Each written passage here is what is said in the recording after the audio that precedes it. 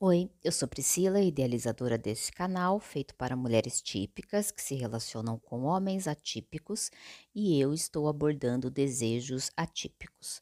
No podcast anterior, eu tentei deixar bem claro e fui bem repetitiva sobre o fato de não considerar a busca do seu parceiro por pornografia como vício e o quanto que isso pode deturpar um contexto que deve ser tratado de uma forma diferente.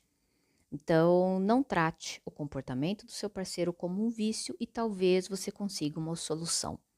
Esse foi o apanhado geral do podcast anterior. Segundo ponto que eu abordei é: não é culpa sua. Não traga para o seu pessoal. Só que como fazer isso, Priscila? Como eu não vou trazer para o meu pessoal? Se a primeira coisa que eu penso quando o meu parceiro vai buscar pornografia, e agora que eu tô sabendo disso, é que se ele foi buscar pornografia, é porque algo está faltando. Algo ele quer ver, ele quer sentir. Algo não tem aqui. Talvez algo não tenha em mim. Ele não sinta ou satisfação ou atração por mim, ou tem algo que ele quer que seja diferente de mim. E foi nesse sentido também que eu falei no podcast anterior que a causa da busca, o desejo, é algo muito pessoal, é individual. E inclusive o desejo em si, ele é incontrolável. O desejo, nosso desejo de nós seres humanos, é a construção de um desejo, ele tem vários elementos. Não é só a ausência. Isso também é necessário que você entenda um pouquinho mais, né? Isso está nos estudos, tanto da psicologia quanto da filosofia, entre outras linhas de raciocínio, aonde a gente sabe que desejar algo não é só porque nos falta algo. O desejo, ele vem também como uma forma de impulsionar um movimento. Então, o seu parceiro, ele pode estar em busca de um movimento e não de um preenchimento. E ainda assim, isso pode não ter nada a ver com você. Esse movimento do seu parceiro, ele pode ser um movimento de substituição. Então, por exemplo, ele pode sentir coisas desconfortáveis, como ansiedade, como estresse. E ele precisa de um movimento que faça ele regular isso. E de repente ele encontrou na pornografia uma forma rápida e fácil de sentir alívio quando ele está ansioso, quando ele está estressado. Então ele se movimenta até esse conteúdo, sente o alívio e continua a viver o seu dia. Quando que é um problema? Quando o alívio através da pornografia é o único, ele não conhece outros, então ele não sai para respirar, ele não vai jogar uma bola, ele não vai assistir alguma coisa que não seja de cunho sexual, ele não para um momento, né, e muda de assunto e consegue falar não, colocar limites, né, no seu trabalho, nas suas pressões do dia a dia. Então, a única forma de desestressar é o conteúdo pornográfico. Isso pode trazer um problema para ele, né? Mas ainda assim não é um problema em si, porque ele ainda tem uma escolha. Se a pornografia funciona para ele como um, um relaxante, ainda assim ele escolheu algo que funcione. Funciona para ele. Então pode ser um movimento de busca para aumentar a sensação de relaxamento, para aumentar a sensação de prazer, para aumentar inclusive as informações que ele tem, e não porque está faltando algo, tá? Só que chega até você um impacto, um primeiro impacto de que é a ausência de algo, é a falta de algo, e que esse algo deveria ser preenchido por você. Então, se ele busca outros corpos, outras formas, outras coisas, é porque você não tem. E aí, veja bem, é você que está gerando essa comparação, não é ele. Porque se fosse algo em você, você concorda que algum, alguma prova ele daria? Por que que ele faria isso escondido? E sendo que é em você que falta? É provável que ele já tivesse falado com você. Eu quero isso, eu quero aquilo, eu sinto falta disso, eu sinto falta daquilo. Você poderia proporcionar isso, isso, aquilo. Teriam pedidos da parte dele, teriam alguns tipos de demandas, conversas sobre isso. Então, você analisa, na verdade, o seu relacionamento antes dessa descoberta, para que você comece a tomar ah, o rumo da solução que vocês vão dar para este sofrimento que foi causado em você, por ele. Só que ainda assim, o sofrimento que foi causado em você também é sua responsabilidade. É sua responsabilidade entender por que que esta ação do seu parceiro te impactou tanto. Ao entender isso, aí sim vocês conseguem colocar os pingos nos is. Então vamos voltar. Ele deu sinais de insatisfação de alguma forma, porque ele pode ser só um homem covarde, né? Que ao invés de buscar em você a solução dos problemas que vocês dois têm em conjunto, ele foi buscar em algum outro lugar. Ele pode, mas daí é covardia dele. E você pode devolver isso para ele, ao invés de você se culpar, ao invés de você achar que tem algo errado com você. Só que para isso você tem que analisar antes todo o relacionamento.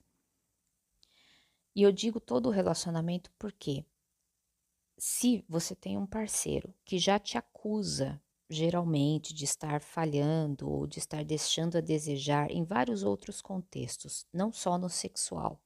Se você já tem um parceiro que é egoísta com você, que não compartilha, ou não te motiva, ou não te apoia. Se você tem um parceiro que já gratuitamente retira de você algumas liberdades, retira de você alguns ganhos, algumas conquistas que você tem, então ele não reconhece, ele não te elogia, ele não te aplaude. Se você já tem um parceiro assim, você descobrir a busca do seu parceiro por pornografia é só a cereja do bolo.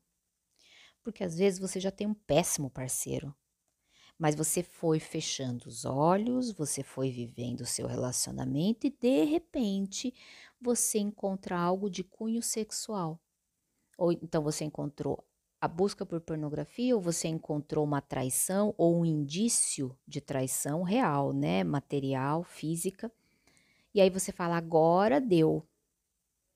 Agora eu cheguei no meu limite. Agora a gente vai ter que conversar sobre isso. Termino, fico, o que que eu faço? Aí você chega naquele momento onde você tem que ter uma decisão definitiva. Você se cobra isso, de ter uma decisão definitiva. Mas o seu parceiro já vem mostrando que ele é um péssimo parceiro. Você já vem notando a falta de reciprocidade, o egoísmo, a insensibilidade, não valida o que você sente, sempre acha que é frescura, sempre acha que coloca os seus sentimentos em um local menor, como se não tivesse importância. Então você já tem um péssimo parceiro. Não foi a pornografia que o estragou. A pornografia foi talvez a cereja do bolo, foi a última descoberta. E aí você pode pegar esse acontecimento como uma força, né, como um grito de coragem e finalmente terminar esse relacionamento. Mas e se for um outro contexto? E se na hora de você fazer esse balanço sobre o seu relacionamento, você perceber que você tem um parceiro carinhoso, atencioso, que ele é recíproco, que ele te apoia, que ele é trabalhador, que que ele tem sensibilidade, enfim. Você vê todos os ângulos positivos. Você tem orgulho de ter feito uma boa escolha de parceiro, mas de repente você é chocada pelo fato de que o seu parceiro buscou conteúdos pornográficos, conteúdos de cunho sexual. Então, você ter sido chocada por essa descoberta não invalida o seu sofrimento só porque ele é um homem bom. Ele é um homem bom, ele é um parceiro legal, você ama e tudo mais. Então, ele pode ser um homem bom, parceirão e tal, e ter esse único defeito nos seus olhos. E ainda assim ser o suficiente para você não ficar com ele. Você pode escolher não ficar com ele, mas escolha pelos motivos corretos. Quais são os motivos corretos? A partir do momento que eu soube que ele busca esse tipo de conteúdo, eu me senti insegura, eu sinto que eu não posso mais confiar nele, eu sinto que eu não o satisfaço, eu sinto que não sou eu que ele quer. Ele quer outra coisa, porque os conteúdos que ele busca não tem nada a ver comigo. E dentro de tudo isso, dessas informações que eu percebi, eu percebo que eu não tenho o que dar para ele nesse sentido. Então, se ele busca algo que eu não tenho para dar e eu não quero também fazer nenhum esforço para dar isso, ou não tenho mesmo para dar, mesmo que eu me esforçasse, aí é o suficiente para eu encerrar esse relacionamento também. É o suficiente, porque talvez você não consiga conviver com essa realidade. Se você se colocou nesse ponto de que você determinou que aquilo tudo que o seu parceiro procura na pornografia, você não quer oferecer, você não tem para oferecer, não vale a pena, mesmo que ele seja um bom homem, então realmente esse relacionamento chegou ao fim. Não precisa de muitas estratégias para te convencer a ficar. É o suficiente. É um único ponto relativo a vários outros pontos positivos. É como se você fizesse uma lista. Todos os pontos positivos, tem lá 10 pontos positivos. E esse, a busca pela pornografia, é o único ponto negativo. Mas ela tem o peso maior do que esses 10 pontos positivos que você viu. E ok, tenha a sua decisão, tome a sua decisão e fique em paz, porque isso é o suficiente. Você não precisa nem justificar, nem para você, nem para ninguém mais. É algo que você não conseguiria conviver? Ponto final. Você está certa. E talvez, inclusive, você se liberte, ele se liberte e vocês sejam muito mais felizes assim. Mas ainda tem uma outra opção, uma terceira opção. Ele tem todos esses pontos positivos que você listou. Você descobriu a pornografia, mas a relação de vocês, inclusive sexual, é satisfatória. É satisfatória para ambos. Você gosta, ele gosta, você sente a entrega dele, você se entrega. Mas quando descobriu a busca dele por esses materiais, você começou a duvidar se aquilo que você sente quando está com ele, quando está tendo uma relação com ele, é real ou não, já que, para além da relação de vocês, ele busca esse conteúdo. E veja o quanto que isso é pessoal seu, porque você já fez o balanço de tudo. Está tudo bom, inclusive a relação sexual. Então, por que que ao descobrir, né, que ele buscou por esse tipo de conteúdo fora, a sua, as suas percepções foram abaladas? A relação sexual é boa? Ela é boa. Você já concluiu isso? Ela deixa de ser boa porque você descobriu que ele busca conteúdo sexual? Seja sincera com você. Você pode se travar quando você fizer comparações. Ah, eu não sou igual a moça do vídeo, eu não tenho o corpo assim, eu não tenho a performance tal. Então, Mas se o conteúdo sexual de vocês foi bom até aqui, não significa que ele queira isso de você. Não significa que porque ele vê coisas diferentes do que vocês têm ou do que você é, que ele queira realizá-las.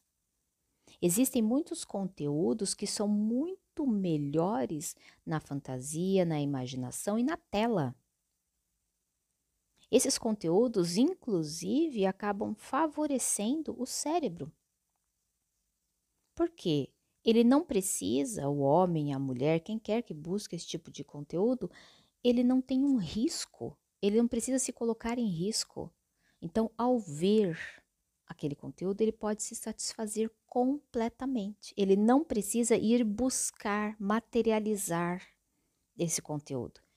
Então, ele pode ter um ótimo sexo com você, ele pode se satisfazer e ele pode se satisfazer, inclusive se masturbando, com um conteúdo pornográfico e para ele ser o suficiente, mesmo que sejam coisas diferentes. Mais uma vez, pode não ter nada a ver com você.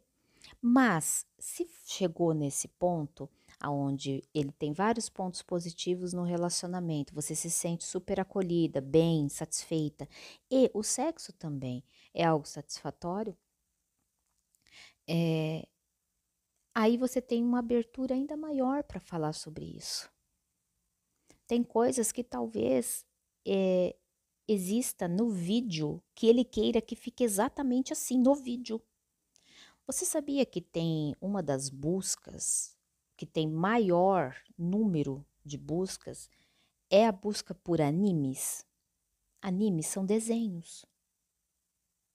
Homens adultos, na verdade de várias idades, né? Mas eu estou falando também sobre homens adultos buscam conteúdo sexual em desenho e se satisfazem assistindo desenho. Aí você pensa assim, mas como é que pode ele buscar então desenho? Significa que tem algo infantil nele? Então isso não é um problema seu. A única coisa que eu estou dizendo, eu estou te trazendo um dado que nem sempre a busca visual vai se transformar em busca física. Nem sempre. Então, pode não ser um vazio. Pode ser uma busca de movimento por mais. E não porque está faltando algo. Mais uma vez, não tem nada a ver com você. Então, a comparação que você faz, ela também pode não ter função. Ela pode estar associada com uma insegurança sua. Talvez exista uma insatisfação sua consigo mesmo, com o seu corpo, com a sua performance sexual, com a forma como você trata os seus desejos. Sabe que existe uma projeção que eu percebo muito nas mulheres, principalmente dentro do consultório, que não assumem, mas nem que sejam torturadas. Que as mulheres não assumem, que é o seguinte: quando ela percebe, né, que o marido, o parceiro tem um desejo, ele vai buscar, ele vai mesmo, ele vai buscar, vai lá no conteúdo, vê conteúdo e tal, ela fica com raiva, porque ela diz assim: por que quando eu tenho vontade eu não vou? Quando eu tenho vontade eu não vou buscar. Eu também gostaria de ver isso, aquilo, mas eu não vou. Então, quem disse para você não ir? A criação, a família, a religião, a cultura, tá aí dentro de você. Tá aí dentro. Mas por que você não burlou essas regras? Por que você não passou por cima e foi atrás do seu desejo? É você que precisa entender isso. O que te impede? E não projetar a tua raiva de não ter ido buscar o seu desejo sobre o seu namorado, sobre o seu parceiro. Não foi ele que te deixou impotente. Não foi ele que te obrigou a não buscar os seus desejos. Foi você que se fiscalizou através daquilo que você acha que é correto. O correto é eu suprimir o meu desejo e não ir buscar. E aí você exige o mesmo dele, esquecendo que a criação de homem é diferente da criação da mulher. Então vai ter um resultado diferente. Então eu vejo muito isso também. Quando eu também, e vejo isso inclusive de forma física. Mulheres dizem: eu vou na academia, tem um homem bonitão lá, mas eu nem olho. Eu nem olho. Pois é. O fato de você fazer isso consigo mesma, eu nem olho, não significa que o seu marido vai fazer, o seu namorado vai fazer. Mas você automaticamente, subliminarmente, faz essa cobrança. Agora, você vai falar pro namorado, pro marido, pro parceiro, quando você flagra ele, né, buscando esse tipo de conteúdo, você vai falar para ele: eu também já tive vontade, mas eu não fui buscar. Porque eu sou casada com você, porque eu namoro você. Não, talvez você nem diga isso, mas você sabe que muitas vezes você negligenciou o seu próprio desejo. Então, isso também é algo que, quando você flagra esse tipo de comportamento, você pode sentir desconfortos que, na verdade, falam muito mais sobre você do que sobre o seu parceiro, né? Então, falamos aqui sobre não é algo que está faltando em você que faz ele procurar, sobre a comparação que você pode fazer, né, entre o seu corpo e o corpo daquelas pessoas, entre a performance sua, a performance daquelas pessoas, sendo que eu reafirmei que muitas vezes não é porque ele foi buscar que ele queira realizar. Falei também sobre a projeção que você faz quando você suprime o seu desejo e você gostaria que ele fizesse o mesmo, mas na verdade ninguém te obrigou a suprimir, foi você que suprimiu. Então, é sua responsabilidade não dar conta do seu desejo, sendo que o homem é estimulado a dar conta do desejo dele. São pontos para você pensar antes de julgar e condenar o seu parceiro que buscou satisfação sexual através da masturbação. Veja bem, o homem ele foi buscar um conteúdo na internet e ele se masturbou e ele se satisfez. Seja lá o que ele estivesse fazendo, ele voltou a fazer. Ele estava no banheiro, depois ele saiu do banheiro, ele foi comer, ele foi trabalhar, ele foi malhar. Ele se satisfez com o próprio corpo dele, usando imagens como inspiração, como auxílio. Você precisa também se perguntar o quanto que você busca se satisfazer. Quais são os auxílios que você se permite ter? Se tem muitos produtos e objetos e não sei o quê, tem, a gente sabe que tem. Se você escolhe não usá-los, o que você escolhe fazer para se satisfazer?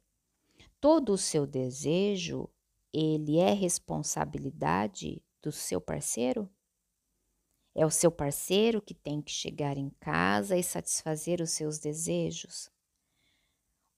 E se ele não consegue satisfazer os seus desejos, principalmente aqueles que você nem fala, aquele que você nem verbaliza, que você deixa só dentro de você, espera que ele adivinhe, se ele não consegue fazer essa satisfação, você deixa de desejar? Você se acostuma a viver uma vida limitada, cerceada, porque a única coisa que você pode ter no seu relacionamento é aquilo que dá? Se você vive essa vida limitada, cerceada e ainda exige que o seu parceiro ou sua parceira viva também dessa mesma forma, talvez o relacionamento de vocês não tenha vindo para deixar vocês melhores. Talvez esse relacionamento ele esteja acontecendo só para não deixar que vocês fiquem piores. É duro o que eu vou falar aqui. É duro. Mas veja bem, você se uniu a outra pessoa por livre e espontânea vontade. Não sei se você casou no cartório, na igreja, mas tem essa frase muito conhecida, né? Você, fulano de tal, se une ao fulano de tal por livre e espontânea vontade? Tem uma arma apontando para sua cabeça? Não, não tem, né? Não tinha quando você aceitou namorar com ele, quando você aceitou morar com ele, quando você aceitou noivar, casar, N coisas. Você foi colocando idealizações, expectativas sobre esse relacionamento. Tá. As expectativas e idealizações são as melhores possíveis. Que a gente seja feliz, que tenha estabilidade, saúde, que a gente forme uma família, que a gente goze juntos, tá? Só que para isso precisa que um apoie o desejo do outro. Vou fazer um parênteses aqui, caso alguém tenha entendido essa frase errado. Eu não estou dizendo para você apoiar o seu parceiro a buscar pornografia. Vou fechar o parênteses e vou continuar. Apoiar o desejo um do outro é entender que vários desejos serão compartilhados entre vocês dois e isso vai fazer com que vocês fiquem mais satisfeitos. Então, a união de vocês dois é uma boa união porque deixa vocês maiores, mais satisfeitos, mais complementados. Um adiciona coisas boas à vida do outro. Então, o desejo cresce, ou toma forma, ou fica mais gostoso, porque um apoia o outro nessa busca. E quando acontece o contrário? A partir do momento que nós nos encontramos, a gente começa a podar, a limitar o desejo do outro. Como? A partir de hoje, você só deseja a mim e eu só desejo a você. Quando isso é uma obrigação, vai trazer também uma necessidade de rompimento, né? E dependendo da personalidade de cada um, essa necessidade ela cresce ou diminui. Quando é espontâneo, que é a ideia romântica que todos têm, a partir do momento que ele está comigo e eu estou com ele, é porque ele deseja só a mim. Então, ele pode desejar só a você, mas espontaneamente. Espontaneamente. Porque é isso que ele quer, é isso que você quer. Quando você abafa os seus desejos, quando você suprime, quando você obriga você a não sentir, só porque você está em um relacionamento, você está se restringindo, você está se diminuindo. Este relacionamento veio para diminuir você e não para aumentar, e não para satisfazer, e não para expandir. E aí eu vou deixar claro mais uma vez que desejos são fantasias, são subjetivos, desejos são diferentes de ações, de comportamentos, tá? Então, quando você está dentro de um relacionamento e você não pode nem pensar em algo diferente ou que não envolva o seu marido, seu parceiro, você está se castrando mentalmente. Você não pode nem pensar, ó, é uma obrigação. Você não pensar naturalmente, aí é algo espontâneo. Você nem pensa em outras pessoas. Você nem pensa em outras pessoas, ok. Saudável, bom, gostoso, satisfatório. Você se obriga a não pensar em outras pessoas, ruim. Ruim. Vai levar a algum tipo de sofrimento, principalmente se você tentar exigir isso do outro. Espontaneamente você quer ficar só com seu parceiro, ele espontaneamente quer ficar só com você. Espontaneamente você pensa em tesão, em desejo e vem a imagem do seu parceiro. Espontaneamente é só ele o foco do seu desejo. Ele pode espontaneamente fazer o mesmo com você. E aí é saudável, é gostoso, é bom. Obrigatório? Não é bom. E aí nós vamos para o próximo podcast, porque eu já dei muito